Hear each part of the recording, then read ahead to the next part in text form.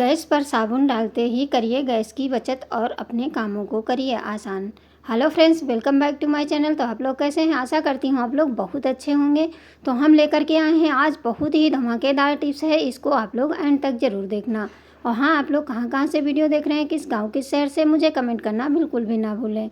अगर अच्छी लगे तो लाइक करना, अपनों के साथ शेयर करना। तो चलिए, सबसे पहली टिप्स है हमारा नींबू को लेकर के। नींबू जब भी हम कट करते हैं तो इस तरह से काटने के बाद में हमारा आधा नींबू वेस्ट चला जाता है, क्योंकि आधा नींबू हमारा आधा यूज होता है और आधा ही हमारा ख़राब हो जाता है ऐसे रखने से। तो इसको हम क्या करेंगे, इस तरह से काट लेंगे। अब हमें ये जितना यूज करना है उतना हम निकाल लिए हैं, बाकी इसको इस तरह से हम एक के ऊपर रख करके और कोई भी पतली सी रबड़ ले लेंगे, उसको इसके ऊपर लगा करके आप रख देंगे फ्रिज में। तो आपका नींबू ख़राब नहीं होगा और आपका नींबू काफ़ी समय तक किसी तरह अच्छा ताज़ा बना रहेगा। आशा करती हूँ ये टिप्स आप लोगों को ज़रूर पसंद आई होगी। पसंद आए तो प्लीज़ लाइक करना। अगली टिप्स हमारी बहुत ही यूज़फुल है, उसको आप लोग बहुत ध्यान से देखना। क्या होता है कि जैसे कि हम किसी भी पॉलीथीन में जब नोट लगाते हैं तो इस तरह से लगाने से क्या होता है, ये इतनी टाइट हो जाती है कि हमारी ये खुलने में बहुत ही दिक्कत होती है। तो चलिए, आज हम इसके लिए आप लोगों के साथ में बहुत ही यूज़फुल टिप्स लेकर के आए। तो देखिए, इस तरह से दोनों हाथों को इस तरह से फंसा लीजिए। उसके बाद में इसको इस तरह से उंगलियों की सहायता से इसको पलट लेंगे। पलटने के बाद में फिर से इसी में हम घुमा देंगे। अब इस तरह से नोट लगाने से हमारी जो पॉलीथीन है ये अच्छे से मजबूती से बन जाएगी और खुलेगी नहीं, और जब भी हमें खोलना होगा तो आसान रहेगा। तो एक नोट इस तरह से लगा दीजिए। अब आप इसको कहीं भी रखिए, कोई भी चीज़ रखनी हो तब आप इस तरह से यूज कर सकते हैं। और जब भी खोलना हो इस तरह से खोल देंगे, ये फटाफट से खुल जाती है।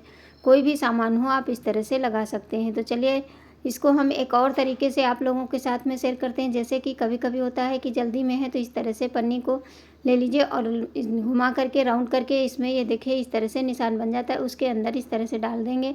और डालने के बाद में थोड़ी सी पन्नी को हम इस तरह से रखेंगे। अब ये खुलेगा नहीं, जब भी खोलना हो उसको पकड़ करके खींच लीजिए, आपकी पन्नी आराम से खुल जाएगी। आशा करती हूँ ये टिप्स आप लोगों को ज़रूर पसंद आएगी।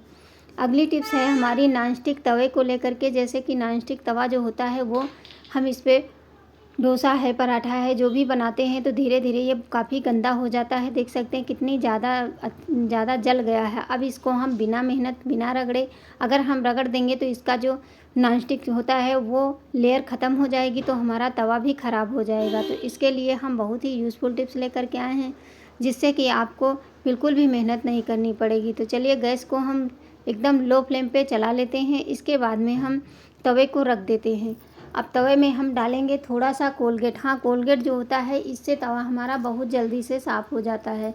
अब जितना भी इसमें तेल के दाग पड़े हैं और तेल हमारा ढेर सारा लग जाता है वो नहीं छूटता है, तो उसके लिए ये वाइट वाला कोलगेट लीजिए, कोलगेट पेस्ट जो होता है। और उसके बाद में वाइट विनेगर जो चाइनीज़ फ्रूट में यूज होता है, आप वो विनेगर ले लीजिए। और विनेगर को इसमें हमें 2 से 3 चम्मच डाल देना है। इस तरह से डाल देंगे और तवे को अच्छे से गर्म होने देते हैं। इसके बाद में हम जितना विनेगर डाले हैं उतना ही हम नॉर्मल पानी ले लेंगे, उसको भी इसी में मिक्स कर देंगे। तो देखिए, थोड़ा सा पानी ही डालेंगे, जितना हमने विनेगर लिया है 2-3 चम्मच उतना ही हम पानी डालेंगे। अब चम्मच की सहायता से आप जो ये हमने पेस्ट डाला है इसको हमें अच्छे से मिक्स कर देना है। अब ये गैस को गर्म ही रहना है, मतलब चलते ही रहना है लो फ्लेम पे। अब ये धीरे धीरे गर्म होगा तो आपको ये पूरे पे फैला देना है सिर्फ, और बाकी आपको कुछ नहीं करना पड़ेगा। ये बहुत जल्दी से क्लीन हो जाएगा। जितना जिद्दी से जिद्दी जिसमें तेल जम जाता है, चाहे कढ़ाई हो, आप कढ़ाई को भी इसी तरह से साफ़ कर सकते हैं। अब ये देखिए, गैस को हमने बंद कर दिया है, ये गर्म हो गया है। अब इसी चम्मच की सहायता से देखिए इस तरह से आप इसको घुमाते रहेंगे तो देख सकते हैं सारा का सारा इसमें जितना भी तेल चिपका था वो सारा निकल गया है। ये देखिए, काले काले निशान जैसे पड़ गए थे वो सारे निकल गए हैं।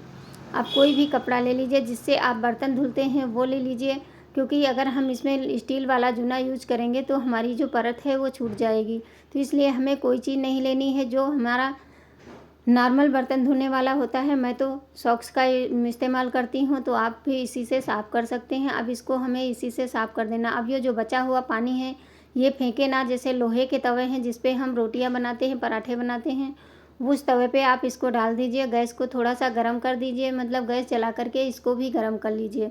तो चलिए, पहले इसको धुल के दिखाते हैं। देखिए कितना जितना सारा लगा था तेल चिपका हुआ था सारा का सारा छूट गया है।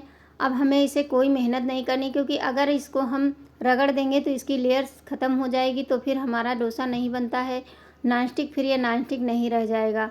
आशा करती हूँ ये टिप्स आप लोगों को ज़रूर पसंद आएगी, आप लोगों के ज़रूर काम आएगी। तो देखिए सारा का सारा ये छूट गया है। अब आप इसी तरह से दूसरे तवे को चलिए उसको भी साफ़ करके दिखाते हैं कि इसमें हम एक काम में 2 काम कर सकते हैं। जो बचा हुआ है इसको पूरे पे फैला देना है, अच्छे से इसको गर्म कर लेना है। इसको एक उबाल आने के बाद में बंद कर दीजिए। उसके बाद में जो स्टील वाला जुना होता है उसको आप ले लीजिए, इस तरह से इसको रगड़ देंगे। उसके बाद आपको कुछ नहीं करना है, देख सकते हैं धुल दीजिए। देखिए कितने अच्छे से ये भी क्लीन हो गया है। छोटी छोटी टिप्स होती हैं लेकिन ये हमारे रोज़मर्रा के काम को बहुत ही आसान कर देती हैं, क्योंकि हम औरतों के पास में इस तरह के काम दिन भर होते ही रहते हैं। तो इन चीज़ों को हम अगर ख्याल नहीं रखेंगे तो बारिश में तो ये बहुत जल्दी ख़राब हो जाते हैं। लोहे के तवा हुआ, कढ़ाई हुई, और लोहे के तवे को हमें यूज करना चाहिए। क्या होता है, अगली टिप्स हमारी है कि साबुन को गैस पे क्यों रखें।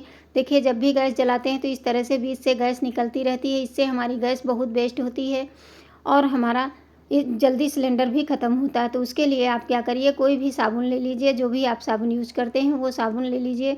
उसके बाद में जो बर्नल होता है इसके किनारे किनारे पे आप क्या करिए, इस साबुन को इस तरह से रगड़ दीजिए। अब आप इस तरह से रगड़ने के बाद में आप देखेंगे कि आपकी जो गैस है एकदम सही जलने लगेगी और जो अंदर बाहर जलती है वो नहीं जलेगी। तो इस तरह से आप भी देखिए, इस पर हमने लगा दिया है। लगाने के बाद चलिए अब हम इसको लगा करके और जला करके आपको दिखाते हैं।